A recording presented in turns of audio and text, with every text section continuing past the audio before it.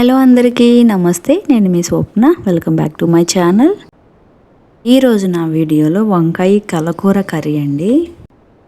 వంకాయ కూర అనగానే చాలా బాగుంటుందండి, చాలామందికి ఇష్టం కూడా. ఆ వంకాయ కూరలో అన్ని కూరగాయలు వేసి వండి దానిలో కాస్త మెంతికూర యాడ్ చేసి ఎంత బాగుంటుందో మీకు తెలుసా?